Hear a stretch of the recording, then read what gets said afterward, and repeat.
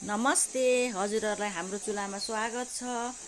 आज चाहिँ मैले मालपुवाको रेसिपी लिएर आएको छु। हजुरहरूले सुरुदेखि अन्तिमसम्म हेरेर साथ दिनुहुन्छ भन्ने आशा गर्दछु। बनाउनका लागि चाहिँ मैले सामग्रीहरू सबै तयार पारिसकेको छु। अब चाहिँ सुरुमा चाहिँ हामीले एउटा बोल लिएर मैदा घोल्नुपर्छ। मैदा मैले 1 बटुको राखेको छु।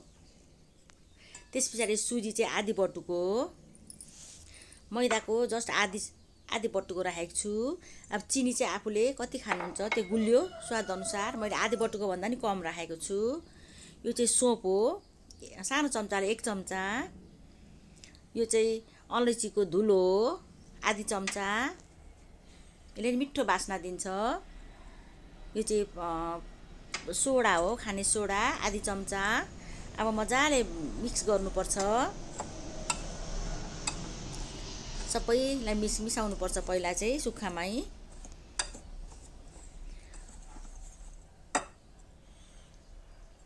अब हामीले चाहिँ मनतातो पानी लिनुपर्छ, किनभने सुजीलाई अलि फुलिनु दिनुपर्छ। त्यस कारणले गर्दा मनतातो पानी लियो भने चाहिँ सुजी राम्ररी फुल्छ। अब मजाले मिक्स गर्नुपर्छ सबैलाई, पिठो चिनी सबै मुस्नुपर्छ हामीले। यो बनाउनलाई चाहिँ त्यति गाह्रो छैन, सजिलो छ। मजाले फिट्नुपर्छ, डल्लाहरू रहनु दिनु हुँदैन। हजुरहरूलाई अब नरिवल कोरेरहरू राख्नु मन लाग्छ भने त्यस्तो पनि राख्दा हुन्छ। कोरेर मजाले मुसेर अब सबै लम्प्सहरू गइसक्यो। अब चाहिँ हामीले यसलाई रेस्ट गर्नु दिनुपर्छ छोपेर। समय छ भने आधी घन्टा, छैन भनेदेखि चाहिँ 20 मिनेट राख्दा पनि बनाउन सकिन्छ। अब अझै मजाले गर्नुपर्छ, हेर्नुपर्छ। मजाले फुलिसकेको छ।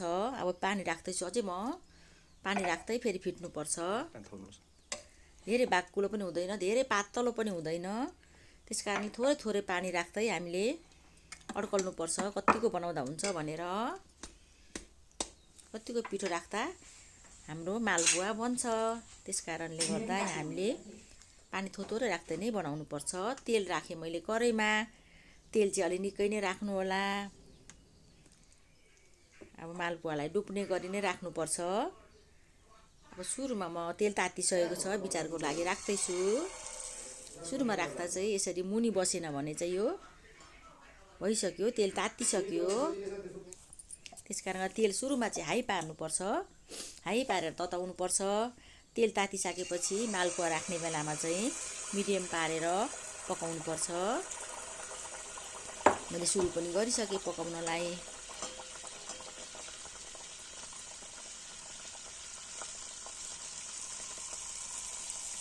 ठुलो ग्यास पार्नु हुँदैन, ग्यास एकदम हाई भयो भने चाहिँ डर छ बाहिर चाहिँ।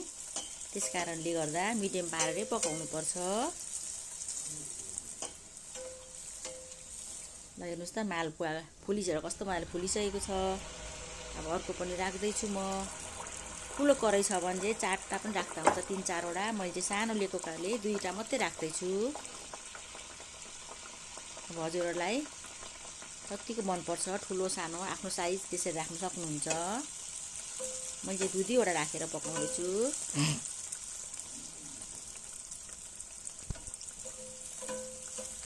हामीले मालपुवा पकाउँदाखेरि चाहिँ राम्रोसँग ध्यान दिनुपर्छ, पिठोहरू सबै मिलाउनको लागि। अनि पानी राख्नको लागि पल्टाउँदा पनि होस पुर्याउनुपर्छ, नभए तेल उछिटिनु सक्छ। बिस्तारै पल्टाउनुपर्छ, तेल उछिटेर फेरि पोल्न सक्छ।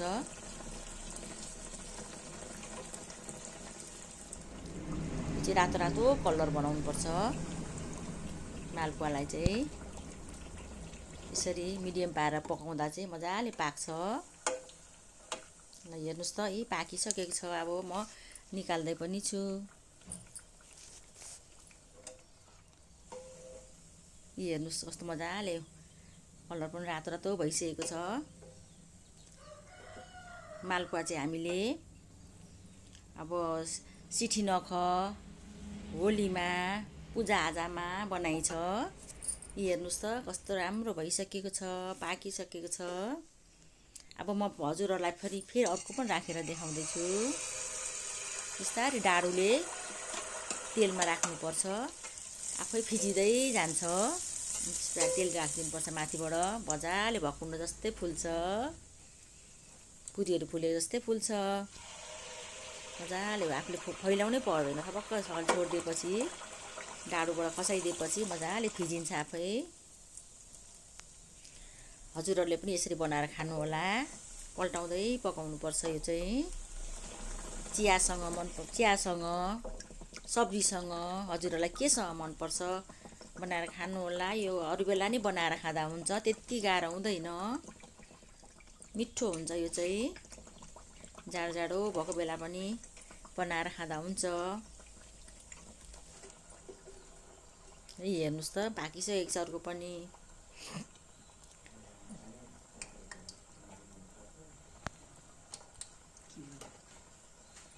मालपुवा चाहिँ बच्चाहरूले पनि मिठो मानेर खानुहुन्छ, मनपर्छ बच्चाहरूलाई पनि, गुलियो हुन्छ। त्यस कारणले गर्दा मैले अब बनाइसकेको छु, म हजुरहरूलाई देखाउँदैछु।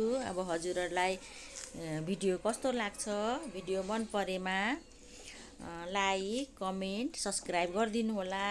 साथी फ्यामिलीसँग सेयर गर्न पनि नभुल्नु होला। हजुरको दिन सुखमय बित्योस्। धन्यवाद।